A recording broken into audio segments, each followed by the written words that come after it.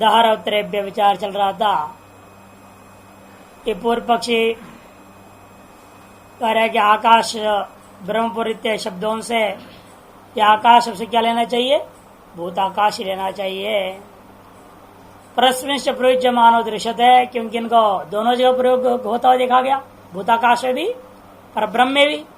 इसलिए विचार हो रहा है कि भाई भूताकाश दर होना चाहिए अथवा परमात्मा नदी संशय है ना, यहां तक हुआ था।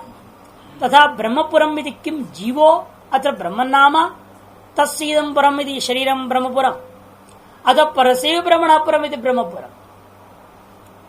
एक तो यह संशय आकाश से भूताकाश लेना या ब्रह्म को लेना है, और दूसरा संशय यह भी है ब्रह्मपुरम शब्द का अर्थ क्या।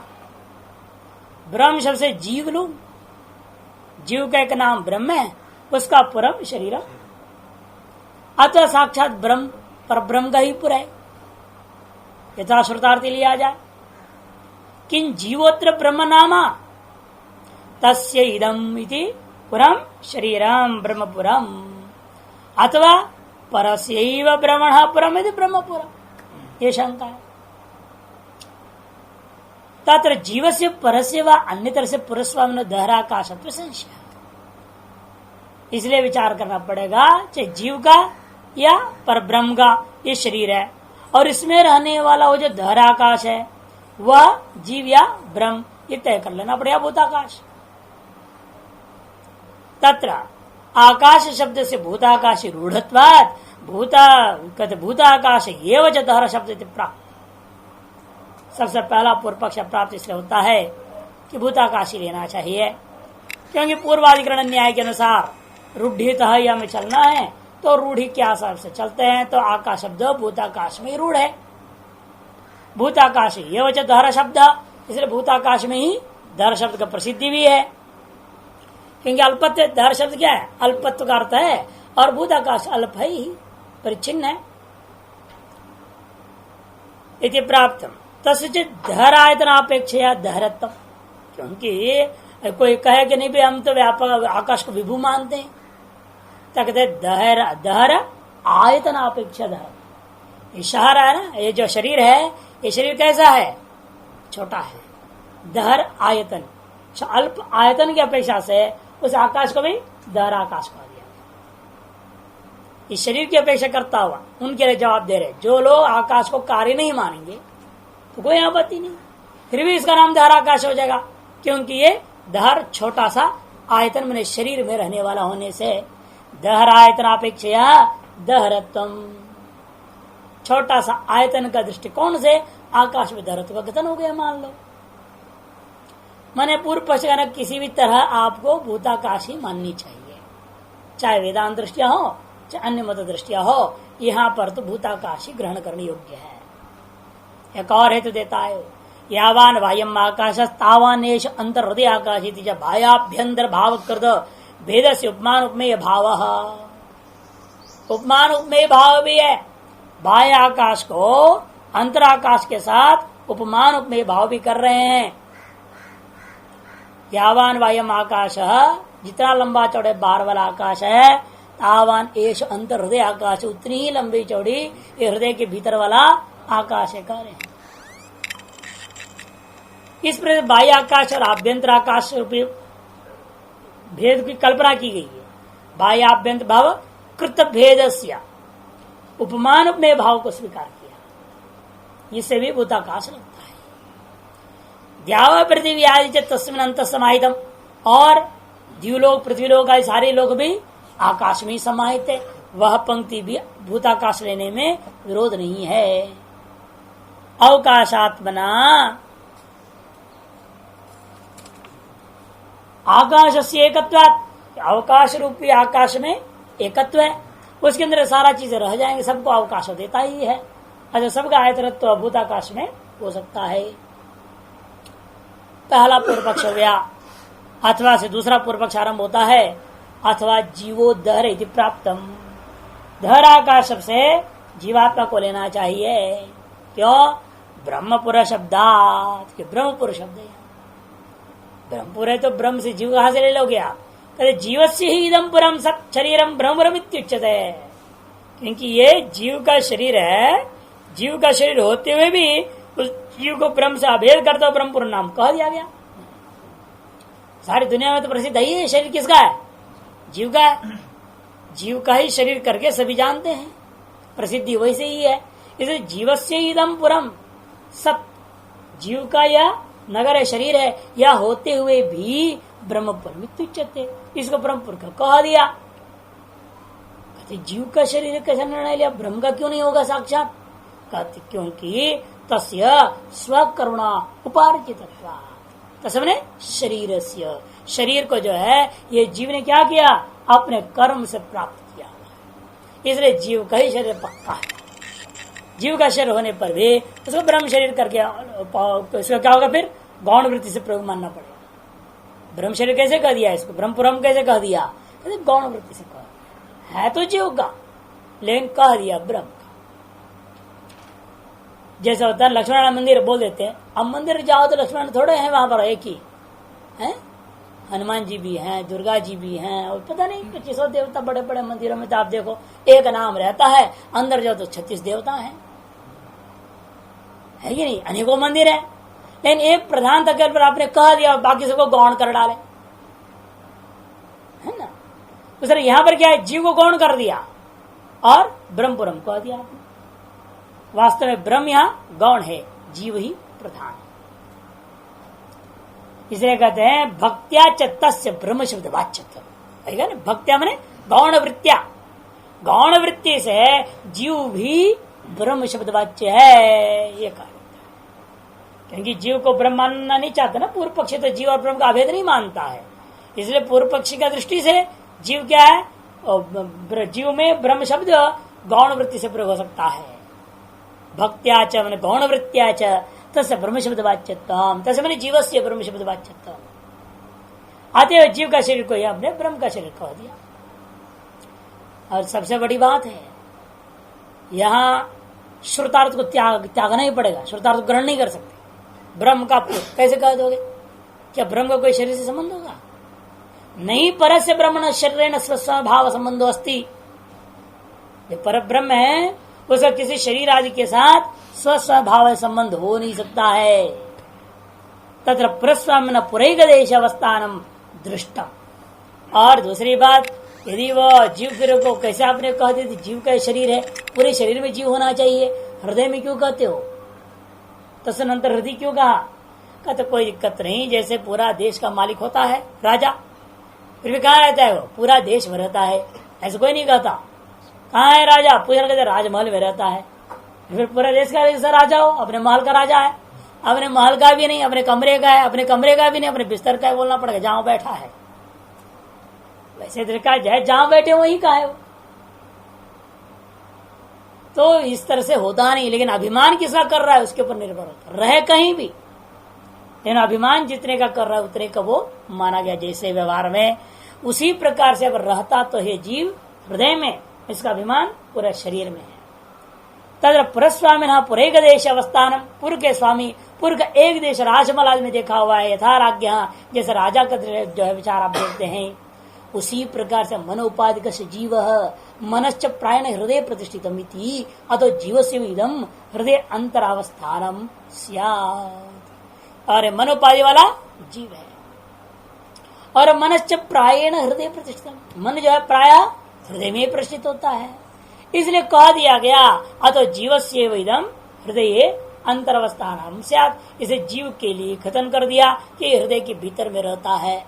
क्यों? मनोपाधिक है जीव और मन है हृदय में। जब उपाधि हृदय में है तो उपहित कहाँ जाएगा? वो भी वहीं रहेगा। तारस मन रूप उपाधि वाला जो जीव है वह भी हृदय में रह गया। इसलिए कह दिया गया यहाँ जीव की स्थिति हृदय अंत अवस्थानम, हृदय के भीतर अवस्था कहा गया। धरत्व भी तस्व आराग्रमित अवकल्पते, और ब्रह्म में घटेगा भी नहीं अग्रत्व। आराग्र की बात जो कही गई है, ब्रह्म तो सर्वत्र व्यापक है, वह आरा के अग्रभाग के सदृश अत्यंत सूक्ष्म हो नहीं सकता है, छोटा सा चीज हो नहीं सकता। आरा किसको कहते हैं? आरा का अग्रभाग जानते हैं ना, कई बार बोल चुका हूं। जिसे जो है भैंस को मारा जाता है, पीटा जाता है, उत्तर भारत के लोगों को तो मालूम नहीं, महाराष्ट्र वाले खट से समझ लेंगे इसको। आराग्र वो लकड़ी होती है लंबी सी, और उसमें कील ठोक देते हैं सामने, बहुत तीखा धार होता है उस कील का। आओ जो है उस बन को मारते उससे, खून निकलता है, दर्द होता है तो भागता है, नहीं तो भाग ही नहीं सकता। वहां मिट्टी ऐसा कड़क है, 4-4, 6-6, 8-8 बैलों का भी होते वहां जोतने की सिस्टम। 2 बैल वाला नहीं, 4 भी लगते हैं, 8-8 भी लग जाते हैं, ऐसी विलक्षण बनता है उनका। और उसको उससे मारते हैं, उसका नाम आरा का अग्रभाग। वो आरा मैंने पूरा हो गया, उसका अग्र की नोक जो है वो कितना छोटा है नोक। उसी प्रकार से यह जीव भी छोटा है ना, ब्रह्म में तो छोटापन घटेगा नहीं, ब्रह्म कैसे छोटा हो सकता है, ब्रह्म तो छोटा है नहीं। इसलिए जो दहरत्व अल्पत्व है, आराग्र दृष्टांत के आधार पर भी जीव में ही जा सकता है, ब्रह्म में नहीं घटेगा। वह कहते दहरत्व मने जीव से कथम आराग्रोपमितत्वात् अवकल्पते। आराग्रता के उपमा देकर के कथन किया हुआ है, इसे जीव के अंदर में ही दहरत्व की कल्पना कर सकते हो। आकाश ब्रह्म अभेद विवक्षया भविष्य। फिर आकाश की उपमा क्यों दिया?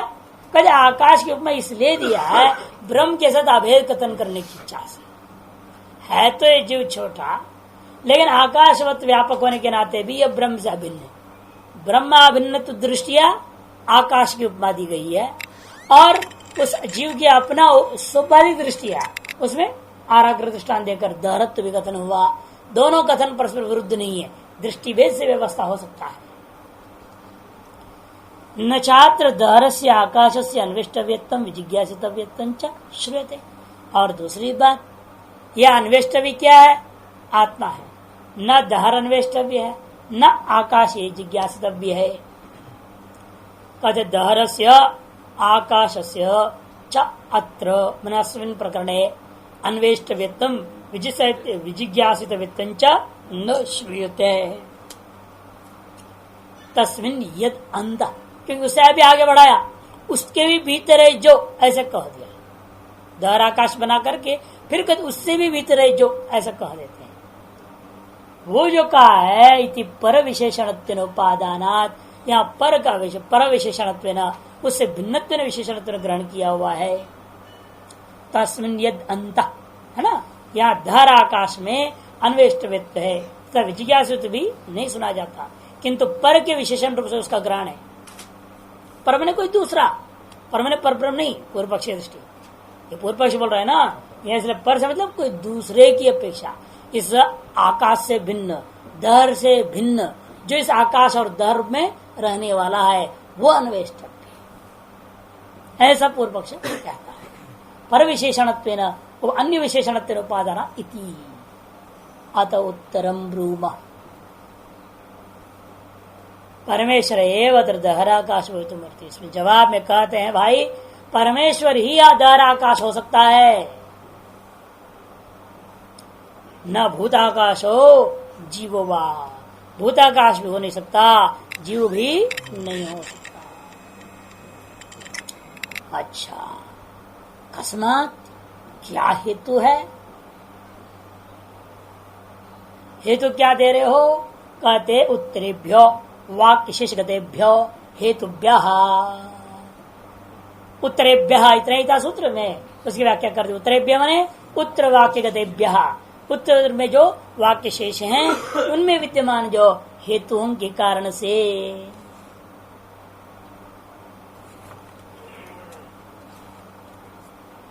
उसी व्याख्या करेंगे। तथा ही अन्वेष्टव्यतया अभिहितस्य दहरस्य आकाशस्य तंचित ब्रूहित उपक्रम्य।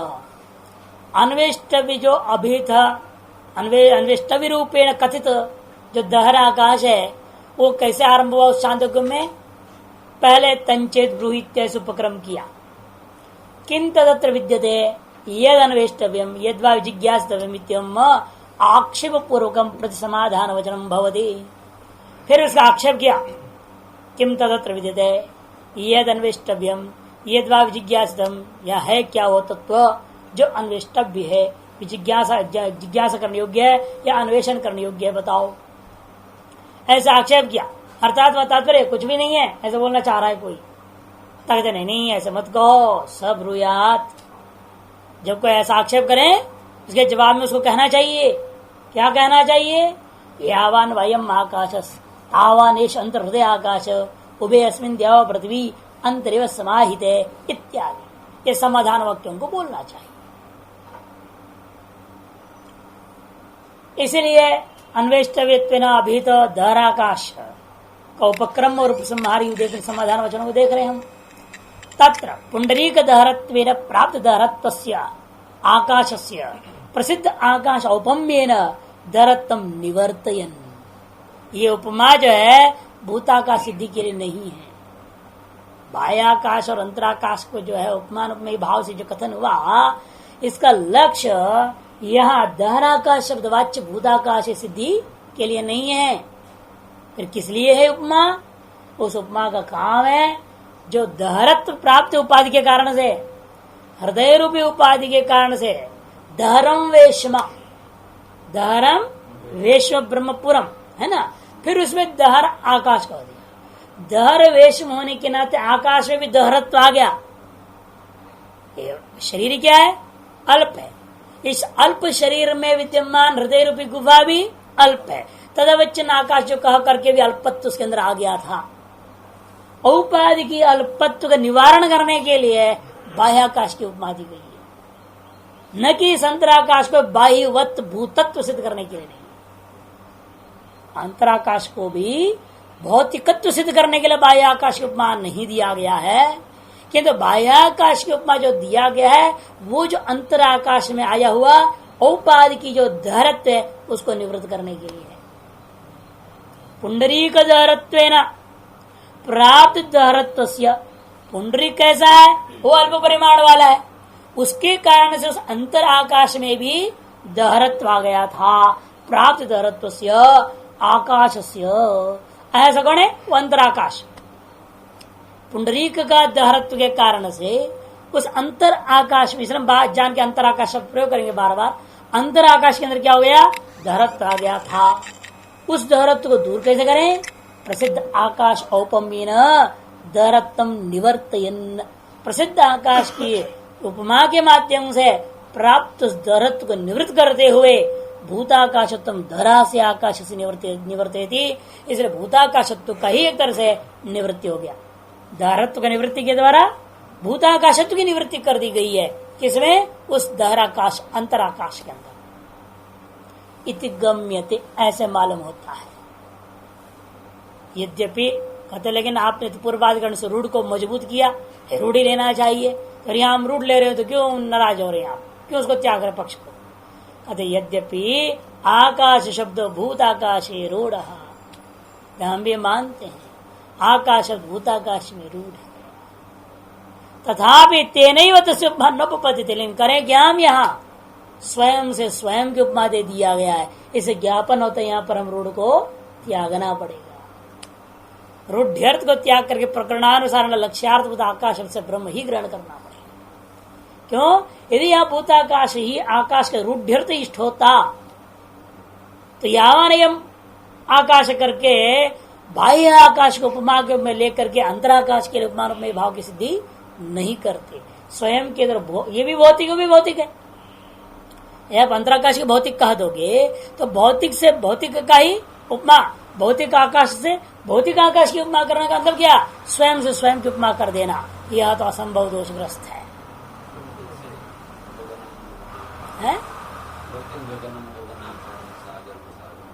वो तो ब्रह्म के लिए कहा जा रहा है। ब्रह्म के लिए तो और कोई रास्ता है नहीं, हो तो स्वयं के स्वयं की उपमा देनी पड़ेगी। हाँ, कोई दोष नहीं है वहां।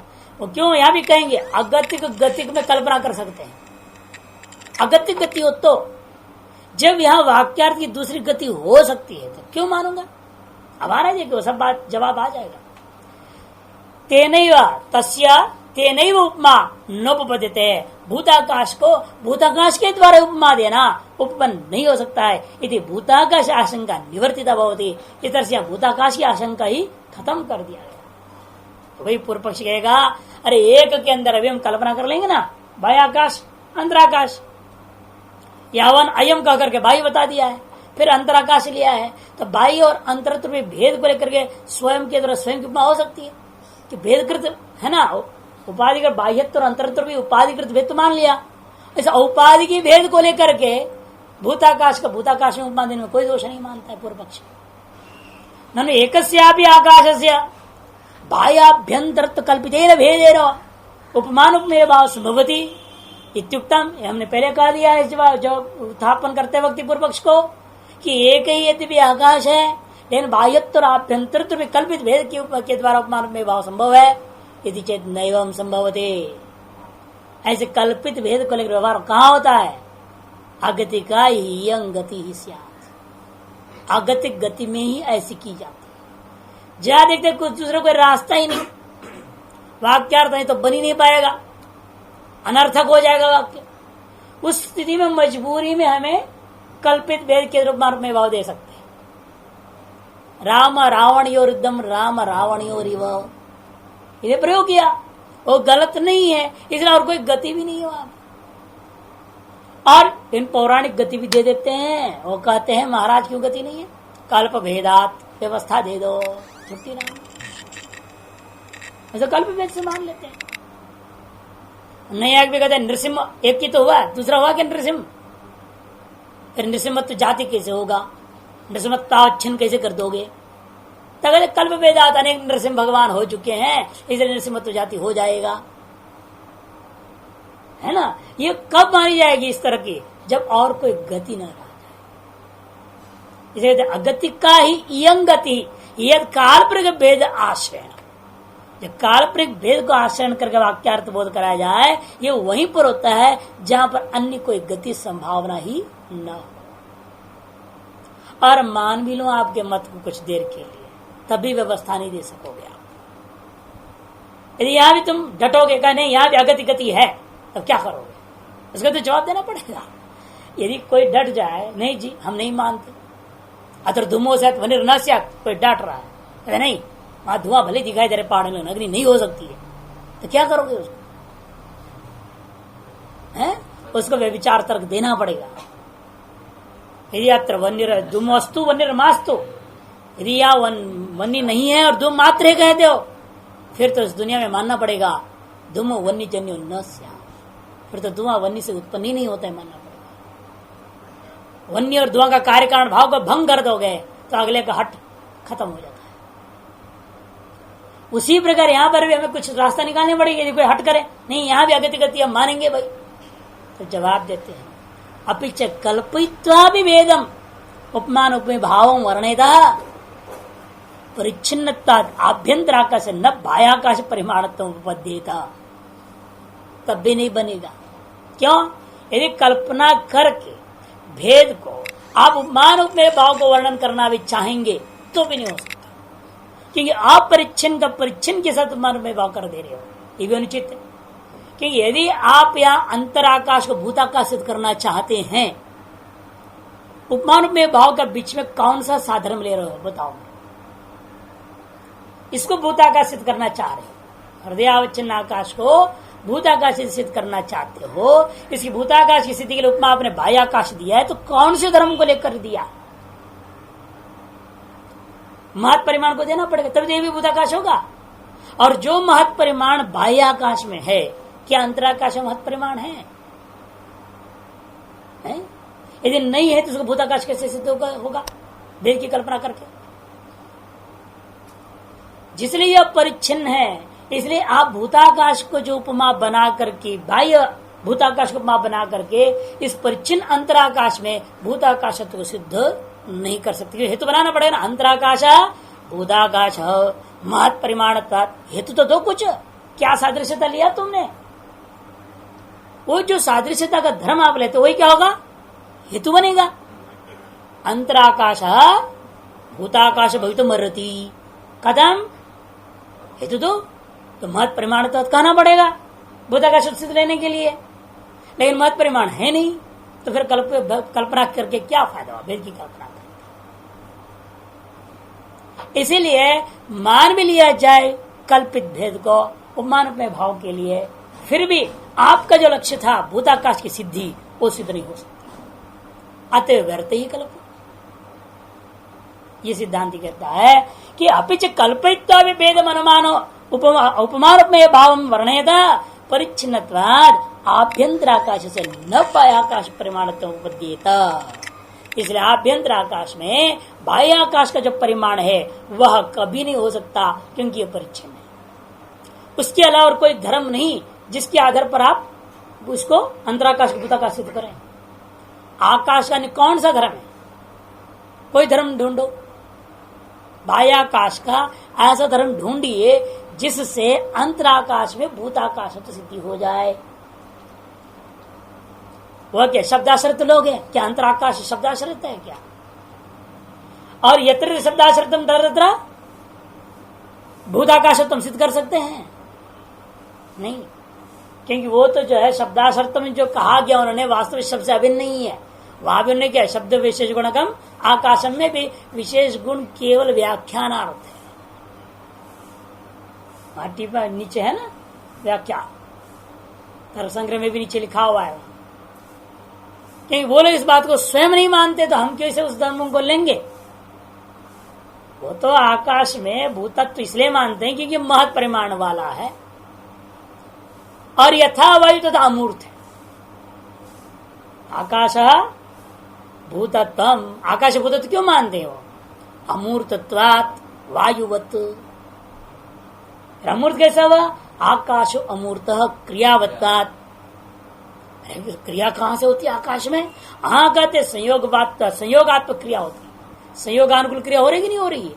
नहीं तो आपके शरीर का आकाश कैसा संयोग कैसे होगा? फिर से विवाद होता है नित्यों का आकाश का, नित्यों का संयोग में नित्य मानने चाहिए क्या नित्य मानने चाहिए? नित्यों के साथ संयोग को नित्य मानना चाहिए नित्य मानना चाहिए, सब अलग बात है। लेकिन उनके यहाँ भी मुख्य जो लक्ष्य जो है वास्तव में है महत् परिमाण। इसलिए यहाँ पर कहते हैं कि देखो महत् परिमाण नाम का जो बाह्य आकाश का परिमाण है वो आभ्यंतर आकाश में आ नहीं सकता, क्योंकि परिच्छिन्न होने के कारण।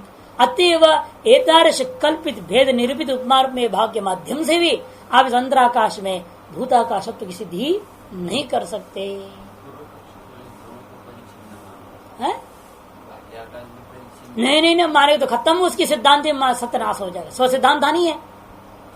बाह्याकाश को तो मान ही नहीं सकता परिच्छिन्न, कोई नहीं मानते, कोई दर्शनकार नहीं मानते। इसलिए पूर्व पक्ष में बाह्याकाश अपरिच्छिन्न है और दूसरा क्या अंत उसने भी क्या किया? जीव को ब्रह्म से अभेद किया ना, उसके लिए उसने कहा कि बाह्याकाश की तुलना दिया है कि ब्रह्म पर अपरिच्छिन्न है, आकाश जो अपरिच्छिन्न है। इसे आकाश की जो उपमा अंत में उसने कहा था ना, आकाशोपमितत्वादि जब ब्रह्म अभेद विवक्षा भविष्यति। पूर्व पक्ष को पूरा ध्यान रखो तो वो नहीं कह सकता बाह्य आकाश भी परिच्छिन्न है, फिर ब्रह्म भेद विवक्षा कैसे कह देगा वो? आकाश उपमा का लक्ष्य कह रहा है जीव ब्रह्म का अभेद विवक्षा से दी गई है, और तभी संभव है जब अपरिच्छिन्न तो लोग है। इसलिए सिद्धांत में भाष्यकार यहाँ पर उसका भूताकाश तो खंडन करने के लिए उसी युक्ति को इस्तेमाल किया, उसी की युक्ति को मार रहे हैं। न तो परमेश्वर से जयान आकाश श्रुत्यंतरात नहीं आकाश पर उपद्यते आगे ना, जायान आकाशात बोल दिया है, आकाश से भी बड़ा है वो ब्रह्म, इसलिए भी आकाश का भी उपमा ब्रह्म में नहीं दे सकते ब्रह्म के लिए। क्या आकाश की परिमाण वाला वो नहीं है, आकाश से बड़ा परिमाण वाला है। अगर छोटे परिमाण को बड़े परिमाण के लिए आपने जैसे दृष्टांत बना दिया, बस यहां भी हो जाएगा अंतराकाश छोटा परिमाण के लिए, बाह्य आकाश महाकाश बड़ा परिमाण होगा, दृष्टांत बना उपमा दे सकते हो। तब कहता है अच्छा ऐसा कहते हो तो कहते नहीं सदोष परमेश्वर से जैन आकाश श्रुत्यंतरात नहीं आकाश परिमाण तो उपपत्ते, आकाश परिमाण तो परमेश्वर में तो उपपन्न नहीं है, वहां भी न्यूनाधिकता आ रहा है। तब यहाँ अंतर और बाह्य में न्यूनाधिकता होने पर उपमा विभाग क्यों नहीं होगा? जैसे हमेशा ब्रह्म के लिए बाह्य आकाश को उपमा बनाते हो, आकाश दृष्टांत बना देते झट से, यदि भी दोनों का समान परिमाण नहीं है इस श्रुति के आधार पर भी। इसका मतलब क्या हुआ? एक ज्यादा परिमाण वाले को आप एक छोटे परिमाण वाले को बड़े परिमाण वाले को उपमा दे देते हो, कहीं बड़े परिमाण वाले को छोटे परिमाण वाले उपमा देते हो, समान परिमाण वाले को उपमा तो कहीं आपने दिया नहीं है। इसलिए हम यहाँ पर भी इस छोटे परिमाण वाले को बड़ा परिमाण वाला बाह्य आकाश को उपमा बना देंगे। ये नैष दोष, ये दोष आप हमारे पर नहीं दे सकते। क्यों? पुंडरीक वेष्टन प्राप्त दहरत निवृत्ति प्रत्यात वाक्यस्य। अरे वाक्य का लक्ष्यार्थ को समझो। वाक्य क्यों दिया गया है? वाक्य का लक्ष्य किसी के परिमाण का बोध कराने के लिए नहीं। ये दहर आकाश दहर वाक्य जो है उस आकाश के परिमाण का बोध करने के लिए आया हुआ वाक्य नहीं है। यह वाक्य किस काम के लिए आया है? उस आकाश का आत्मरूपेण बोध कराने के लिए आया है। इसीलिए आत्मरूपेण कैसे बोध कराएगा? दहरत्व का निवृत्ति पूर्वक ही हो सकता है। इसलिए कहते हैं पुंडरीक वेष्टन से प्राप्त दहरत्व का निवृत्ति करने के लिए यावान अयम आकाश तावान अंतराकाश करके उपमा पर अस्य वाक्य से कौन सा वाक्य कह रहे हैं? यहाँ उपमा वाक्य, उपमान में वाक्य जो वाक्य है उस वाक्य को ले रहे हैं। वाक्य से दहरत निवृत्ति प्रत्यात कसे वाक्य से यावान अयम आकाश इत्यादि उपमान में भाव विशिष्ट वाक्य। इस वाक्य का लक्ष्य पुंडरीक वेष्टन से प्राप्त दहरत्व का निवृत्ति है, न तावत प्रतिपादन परतम। माने पुंडरीक आकार के समान आकार वाला क्षुद्र परिमाण वाला है, उसे क्षुद्र परिमाणत्व का प्रतिपादन करना इष्ट नहीं है इस वाक्य से। न च कल्पित भेद पुंडरीक वेष्टित आकाश एक देशे द्यावा पृथ्वी आदि नाम अंत समाधान उपपद्यते। और दूसरी बात, तुम्हारे कल्पित भेद वाला मान भी लो ना तो भी काम चलेगा नहीं। क्यों? पुंडरीक वेष्टित उस आकाश एक देश महान आकाश के अंतर्गत विद्यमान ये शरीर है, उस शरीर के भीतर एक पुंडरीक हृदय है, उससे वेष्टित उस आकाश एक देश में सारा द्युलो पृथ्वी सब लोक समा जाए, ये तो हो नहीं सकता है। उस परिच्छिन्न आकाश में सर्वलोक का समाधान यानी समाहित हो जाना असंभव है। कल्पित भेदे पुंडरीक वेष्टिते आकाशैक देशे द्यावा पृथ्वी आदि नाम अंत समाधानम न उपपद्यते। एष आत्मा पद पापा विजरो मृत्यु विशोक विजगत्स अपिपास सत्य काम सत्य संकल्प आत्मत्व अपहत पापत्वादिश्च गुणाः न भूताकाश संभवन्ति। और आगे वाक्य शेष में चले जाओ तो वो वाक्य पढ़ोगे तो लगता है साक्षात आत्मा शब्द का प्रयोग हुआ है। अपद पापत्व विजर विमृत्यु विशोक विजगत्स अपिपास सत्यकाम सत्य संकल्प ये सब शब्दावली क्या भूताकाश घटेगा?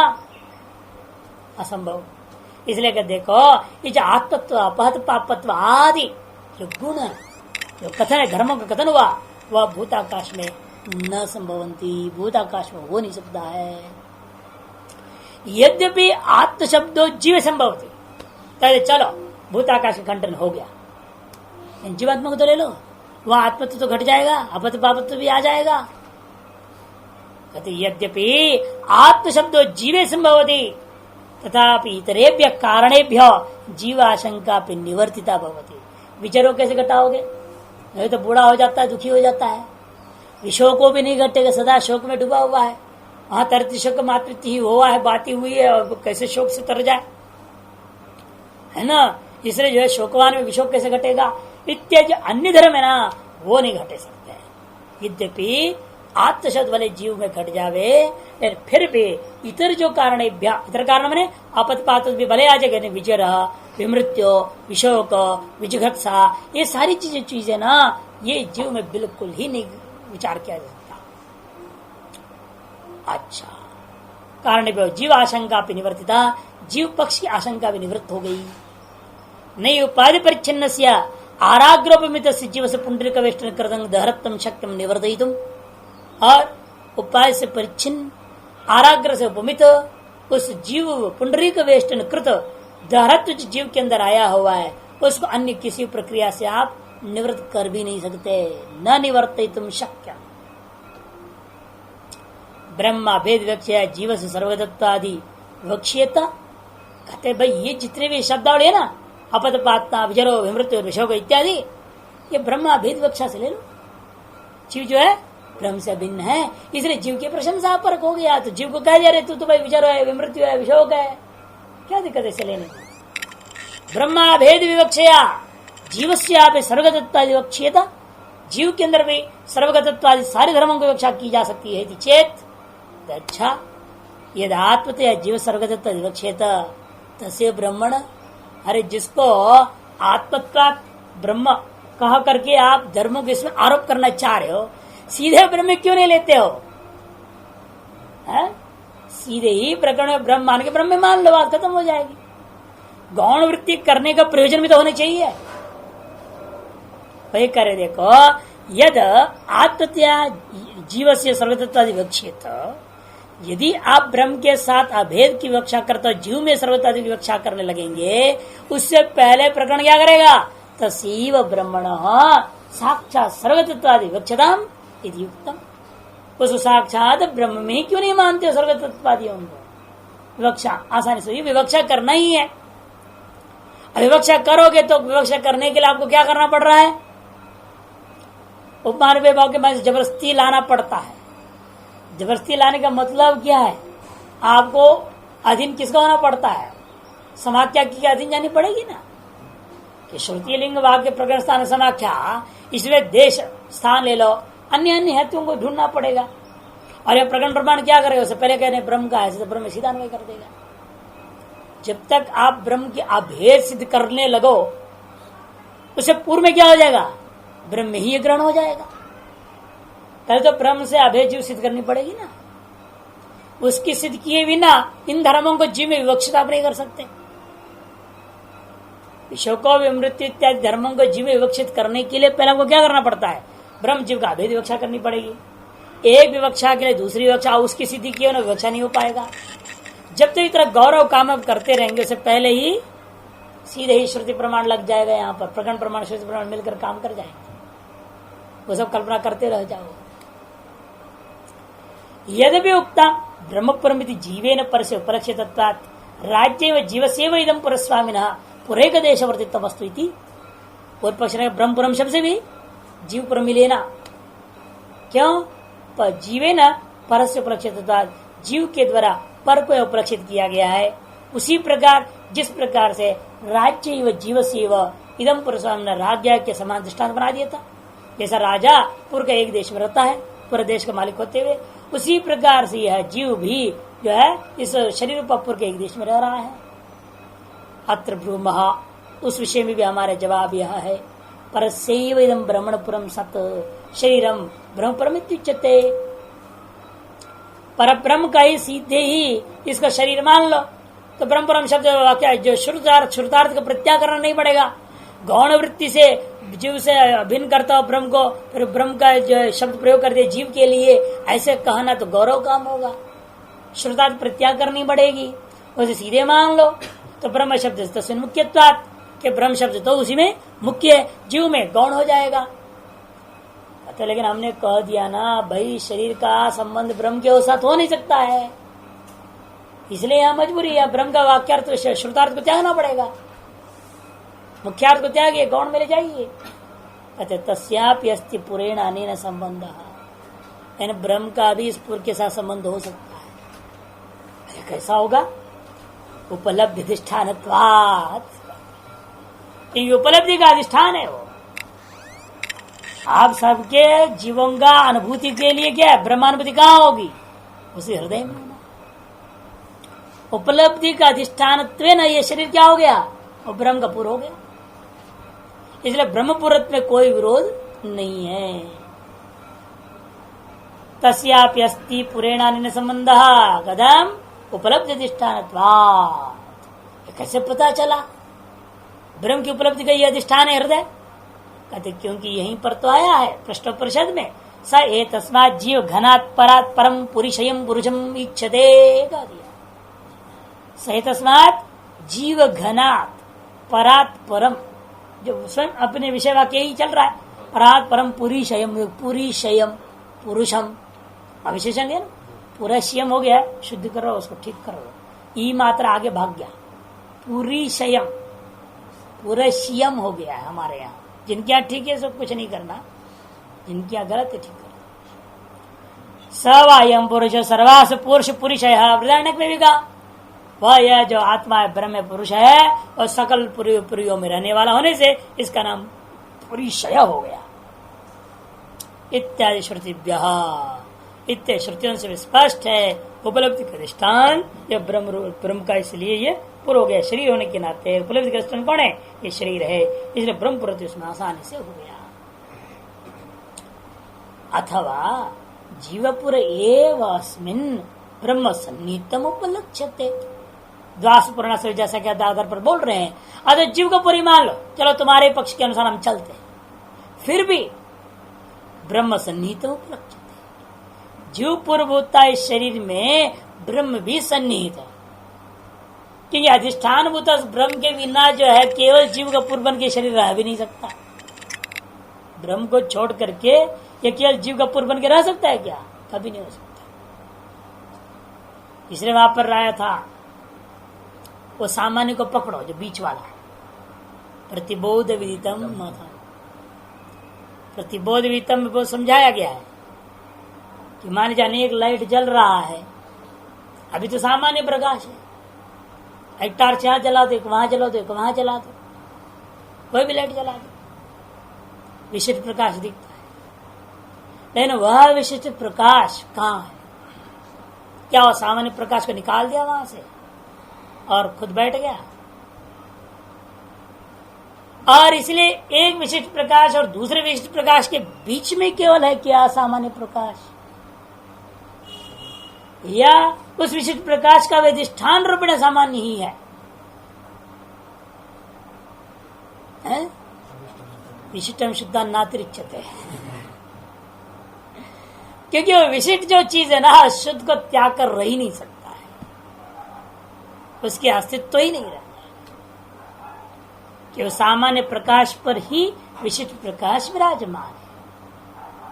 और जब विशिष्ट प्रकाश नहीं है वहां तो सुस्पष्ट सामान्य प्रकाशित नहीं होता। इसलिए प्रतिबोधिता मतलब समझाया कि जब आप एक घटाकार वृत्ति बना लेते हैं मन में, फिर उसे त्याग करके फिर पटाकार वृत्ति जब बनाने लगोगे, इस बीच में एक सामान्य आकार वृत्ति होगी, जहां न घट विषय न पट विषय। अब बस आपको इसलिए जो क्या कहते हैं यहां पर जो चिदाकाश धारणा करो, क्या है वो चिदाकाश धारणा? दृश्य को देखना नहीं, दृश्य को देख ले तो गए आप, बेकार हो गया, आपका ध्यान में सब बेकार गया। दृश्य को देखना नहीं है, फिर धारणा क्या होगी वहां पर? कहते यहां जो चिदाकाश धारणा वर्णन होते वेदांत के अनुसार, उन दृश्यों का बीच में विद्यमान जो सामान्य उसको ग्रहण करना, उस पर टिकना है। दृश्य आ रहा है जा रहा है, आपको लेन देन नहीं, घट आया गया, पटाया गया, मठ आया, जाने दो, आ रहा है जा रहा है विषय। विषय में साथ जुड़ गए तो और गए आप, फिर ध्यात विषयान पुंस में फंस जाओगे, ब्रह्म का ध्यान कहां होगा? इसलिए बीच में न ये घट को देख रहा हूं, न पट को पकड़ा, न किसी भी विषय को नहीं पकड़ रहा, साक्ष्य वास्तविक सामान्य प्रकाश पर मात्र ध्यान देना है, विशिष्टता को ध्यान नहीं देना। उसके लिए प्रतिबोधितम का विधान किया, जिसको विशिष्ट का अधिष्ठान रूपेण सामान्य को अनुभव करने की क्षमता नहीं है, उनके लिए कहते छोड़ो फिर विशिष्ट को, एक विशिष्ट को छोड़ो, दूसरा विशिष्ट को छोड़ो, दोनों विशिष्टों के बीच में जो रहता है उसको पकड़ो, वो सामान्य जरूर है। यद्यपि वह विशिष्ट के भी अधिष्ठान सामान्य ही है। इसलिए कहते हैं उस दृष्टि से पहला कहा दिया बीच वाले को पकड़ो, उस हिसाब से ब्रह्मपुर के साक्षात ब्रह्मपुर में लोग की उपलब्धि का स्थान है, वो ब्रह्म के उपलब्धि का स्थान है, तो ब्रह्मपुर सीधे कह सकते हो। अतः दूसरे पक्ष में तब कहते ऐसा करो कि वो जो जीवपुर है ना, अस्मिन ब्रह्म सन्निहित उपलक्षित है, उसी में ब्रह्म भी सन्निहित अधिष्ठान यथा शालग्राम विष्णु सन्निहित इति तद्दत्। जैसे कोई कहता है शालग्राम में, यदि भी शालग्राम क्या है? पत्थर का है। ये शरीर किसका है? जीव का है। यानी सन्निहित कौन है? ब्रह्म। यदि भी शालग्राम तो है, एक पत्थर का बना हुआ है, पार्थिव वस्तु सभी जानते हैं, कौन नहीं जानता है? खरीदने वाले भी जान रहे हैं, वजन से भी खरीदने वाले खरीद रहे हैं, सब जान रहे हैं। हम पत्थर को खरीद रहे थे, मूल्य लगाकर खरीद रहे हैं, लेकिन बाद में जब प्राण प्रतिष्ठा कर दे उसके बाद में न उसे कोई मूल्य है, न वो पत्थर है, वो हो गया आपके लिए भगवान। उसी प्रकार यहां पर भी है तो शरीर जीव का, लेकिन हम इसमें किसकी दृष्टि कर रहे हैं? ब्रह्म का। उसी की उपलब्धि करेंगे इसमें। यथा शालग्राम विष्णु सन्नीत तद्वत् तद यते कर्मचितो लोक क्षीयते एवमेव अमुत्र पुण्यचितो लोक क्षीयते इति कर्मणाम अंतवत् फलत्वम् उक्त्वा अत य आत्मानम् अनुविद्य व्रजन्ति एतांस सत्यान् कामांस तेषां सर्वेषु लोकेषु कामचार भवति। फलश्रुति को भी देखिए आप, उससे भी ज्ञापन होता है यहाँ जीव नहीं है, ब्रह्म ही है। क्योंकि वहां पर स्पष्ट कहा दिया पहले, जैसा कर्मचित यह शरीर लोक है, उसी प्रकार से अमुत्र पुण्यचित्त लोक का स्वर्ग आदि में जाने की जो जानपद पुण्यचित्त जो आपका शरीर आदि है वो भी अवश्य नष्ट हो जाते हैं। ऐसे स्वर्ग आदि में प्रापणीय शरीर आदि की भी निंदा कर दिया गया। और आगे क्या कहते हैं, कर्मणाम अंत फलत्वम् उक्त्वा, कर्म कैसे हैं, अंतवान फल देने वाले हैं, यह कह करके अत यह आत्मानम् अनुविद्य, जो यहाँ पर आत्मा का अनुभूति करके अनुविद्य व्रजंती चलते हैं, एतांश्च सत्यान्नामान और तेषाम सर्वेषु लोकेषु कामचार भवति। यह तो ब्रह्म स्वरूप में ही संभव है और अन्य में संभव ही नहीं कि सभी लोग कहा है, ब्रह्म ही है। जब आप ब्रह्म से अभिन्न हो जाओगे, सकल लोगों की कामना सब कुछ आपको प्राप्त हुआ कि नहीं हो गया। जब आप वही हो जाओगे तो सब कुछ आपको प्राप्त हो गया। इसलिए कहते कि देखो, ये तो प्रकृत धराकाश विज्ञान से अनंत फलवत्तम, लव नहीं है, फलवत्तम वदन परमात्म से सूचित, जिनके नहीं हो लिखो। धरस्य आकाश, जो दहराकाश है जिसको अन्वेष्टव्य करके प्रतिज्ञा किया गया था पूर्व में, उस प्रकृत दहराकाश विज्ञान का फल ने क्या ऐसा किया, अनंत फलवत्व का कथन कर दिया है। इससे ज्ञापन होता है दहराकाश वाच्य परमात्म से सूचित, परमात्मा यह बात सूचित हो जाता है। यद्यपि दुक्तम न दहर से आकाश अन्वेष्टव्य जिज्ञासा श्रुतम, यहाँ भी अक्षर ज्यादा है, काट देना। दहर से आकाश से अन्वेष्टव्यत्वम, व्यक्तम होनी चाहिए, क्या है वो जो भी उसको ठीक करो, वह होता है जो क्या था वो ठीक करना। दहर से आकाश, उसने पूर्व पक्ष ने कहा यहाँ दहर आकाश न अन्वेष्टव्य है न विजिज्ञासित विरूपेण वर्णन हुआ है इति न श्रुतम, ऐसे पूर्व पक्ष ने कहा था। पर विशेषण उपादानात, अन्य विशेषण रूपेण उपादान हुआ है, ग्रहण हुआ है, ऐसे कहा था ना उसने पूर्व पक्ष ने। इति अत्र ब्रूमः, उस विषय में हमारा जवाब है, यदि आकाशो नान्वेष्टव्य उक्त स्यात्, यदि यह दहर आकाश अन्वेष्टव्य रूपेण उपदिष्ट नहीं होता, विवक्षित नहीं होता, उक्त नहीं है, तो यावान वायम आकाश तावान एषवंत हृदयाकाश इत्यादि आकाश स्वरूप प्रदर्शनम नोपयुज्येत। आकाश के स्वरूप को प्रदर्शाने के लिए बाह्याकाश की उपमा दहराकाश का वास्तविक स्वरूप दहरत्व रहित व्यापकत्व को सिद्ध करने के लिए बाह्याकाश जो उपमा देकर जो कथन हुआ वह नहीं हो सकता था। ये जो वाक्य किस लिए आया, दहरत्व को व्यावर्तन करने के लिए। व्यावान है आकाशा, क्यों व्यावर्तन कर रहे हो, यदि आकाश अन्वेष्ट है ही नहीं, उसकी दहरत्व को व्यावर्तन करके करोगे क्या। यदि वह जिज्ञासित भी नहीं है, वह अन्वेष्ट भी नहीं है, उसकी दहरत्व का व्यावर्तन करके उसके स्वरूप जो है विभू सर्वगतत्व स्वरूप का बोध कराने के लिए बाह्याकाश की उपमा आदि देने की जरूरत क्या, व्यर्थ होगा कि नहीं होगा। इससे ज्ञापन होता है यहाँ पर दहराकाश अन्वेष्टव्य जरूर है। इत्यादि आकाश स्वरूप प्रदर्शन न उपयुज्यता, आकाश का स्वरूप प्रदर्शन करने के लिए दहराकाश का स्वरूप प्रदर्शन करने के लिए बाह्याकाश की उपमा देकर दहरत्व का जो निवर्तन करना रूपी जो है ना, वह न उपयुज्यता, उसका कोई उपयोग नहीं रह जाता।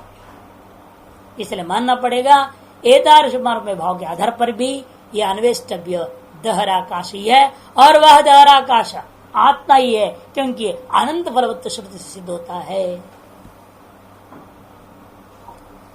ओम।